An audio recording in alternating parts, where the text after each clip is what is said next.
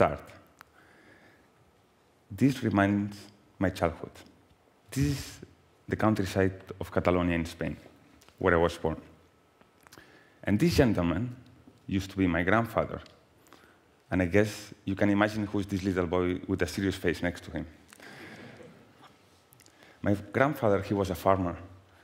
And he transferred me his passion for nature.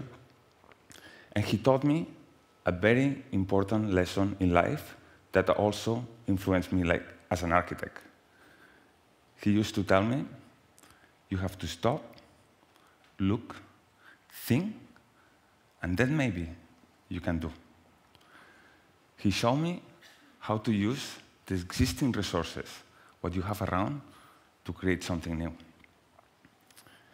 In this region, I designed one of my first projects after traveling and studying in the US and in the city of Barcelona. This is a small kindergarten that is located in a village next to the one I was born. And this building is located between the village and the countryside, in the place of an old oak yard. And in this situation, I created 2 volumes. One on the bottom with the classroom for the kids and the courtyard, and another one on the top with the spaces for the staff, overlooking the courtyard of the kids. But when I was designing this project, I remember my memories of childhood in the middle of the apple trees. And I remember this space that was fun and with many good qualities of shadow and light. And somehow I thought how I could build a space with the same atmosphere. So I started playing with this image of the leaves that evolved to an abstract pattern and a construction system, and it became this space. This has become a very representative image for the entrance of the village, especially at night. And in the inside, it's a very entertainment space for the kids. The building has all these continuous spaces that they have versatile enclosures, like this one that lets one of the classrooms connect with the entrance and become a dining hall during the lunchtime. For the construction, we used industrial materials that we could find in the same area, like steel, glass, concrete. And finally, we covered the building with a green roof that helps the temperature indoors.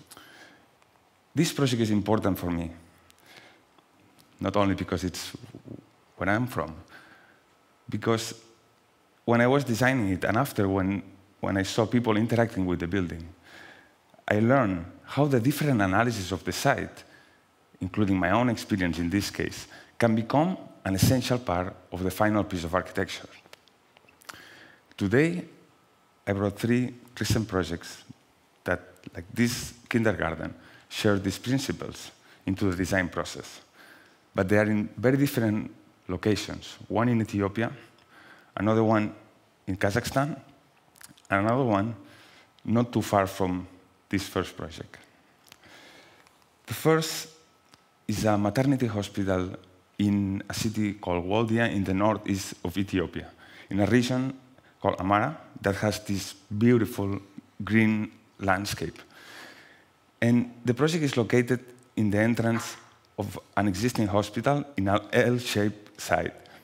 It has 2 parts. One is the hospital itself for the maternity purpose, and another one we incorporated a new programming that is a small hostel where mothers they can stay before they give birth, because unfortunately a lot of them they die on the way to the give birth. So here they can stay 2 weeks before the operation happens. The first part of the project, it's a very functional design that incorporates the local climate as a part of it. Even the entrance is like a porch where people can participate, the community can sit down in this bench and they can participate of the building. The building has 3 volumes that represent the different stages, the entrance, the rooms, and the operation rooms, that are divided with corridors that let the natural light come in. And the exterior is very simple design that groups all the windows in one line, and it's covered by a grill that incorporates a traditional pattern from Ethiopia, like a cultural influence. The project incorporates several sustainability strategies, like a series of water tanks on the roof that collect water naturally from the rain, and get heated naturally from the sun, so they have a continuous pressure and temperature inside, and also a network of photovoltaic panels that give enough electricity for the building to function. The other part, the modern homes, the small hostel, is inspired by the traditional houses of this region, the tukuls, that are these round houses built with wood and grass that we are building in a contemporary way, using modern materials. But we want that the mothers, they feel like at home, so they can stay here and they don't feel like detached from their reality. So we are creating this small village that also incorporates an open living room, a traditional veranda with this bench where the mothers, they can socialize. And this is how we are building it at the moment, and we hope it will be finalized by the beginning of next year.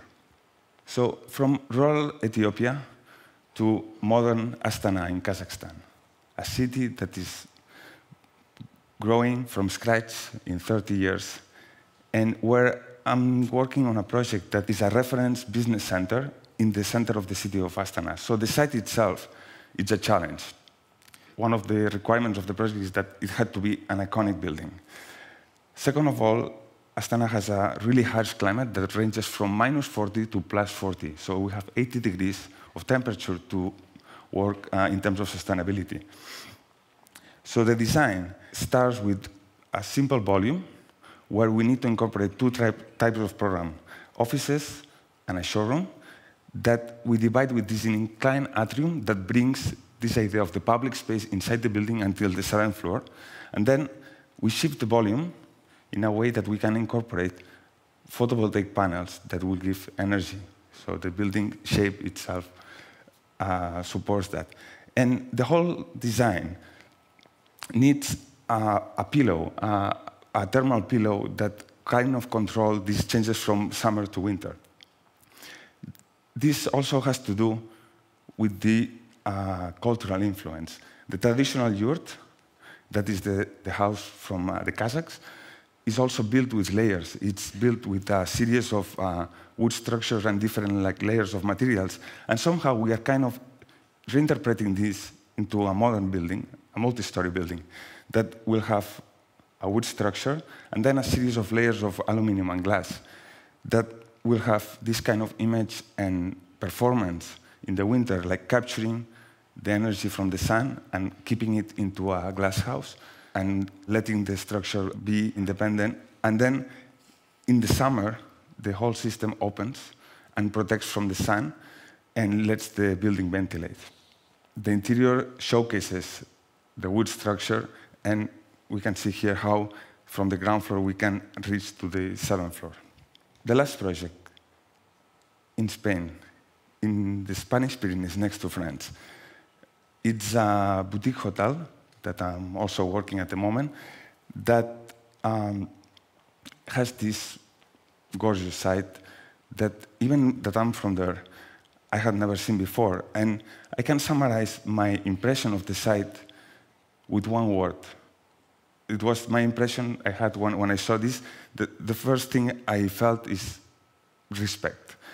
Respect for nature, and I knew that anything we would do on top of this site will never be as strong as nature.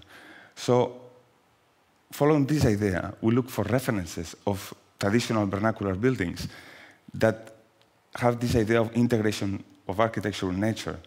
And we found the round huts that are these constructions made with stone, and they have green roofs. And what we're doing is building it with in a contemporary way. So the different rooms of the hotel, they are placed strategically on the site with these undulating shapes and following three main principles. The first is to go and find the natural rock. So each room has a natural rock as a foundation.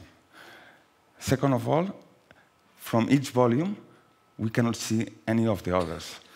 And then you will have this feeling of being alone in nature. And third is that they are all placed looking south to capture energy and to have the best views. On the lower levels, we will have the restaurant and a series of common services like a pool. And then it escalates until the last floors where we'll be able to enjoy these kind of views. We hope that this project will become an ecosystem that combines the construction materials that we are designing following also local materials like pine wood from the Pyrenees, using strategies like our master architect Antonio Gaudi used to do with straight lines composing a complex surface. And this is complemented with recycled wool from sheep from the same area. And then each one of the volumes work like an independent cell. It has a porch that protects the sun in the summer and lets the sun come in the winter, complemented with a series of chimneys that heat each one of the spaces. And also they recycle water from the rain, and the fact of being half dig brings thermal inertia. We hope that this project will be an example of how to combine nature, tradition, nature and technology. And we hope it will be a good example for visitors of the Pyrenees on how to interact with nature. All these projects, they have in common a similar design process, that is to make the different analysis of the site an essential part of the final piece of architecture. In places like Ethiopia or Kazakhstan, the impact of architecture in people's life of today and tomorrow can change really lives, communities, and economies. In places like the Pyrenees, architecture can set up an attitude for visitors and locals. For me, this is all very important, and this idea of combining tradition and innovation, because we all live in a globalized world where we speak the same language, we eat the same food, we almost dress the same. So looking at these culture and traditions and incorporating them into architecture, I think it's very important. For all these reasons, I see even more important to remember that sentence from my grandfather, to stop, look, think, and then maybe we can do, in order to create simple but affordable solutions that can enhance the relationship between the community and the environment, and that aim to connect nature and people. Thank you very much.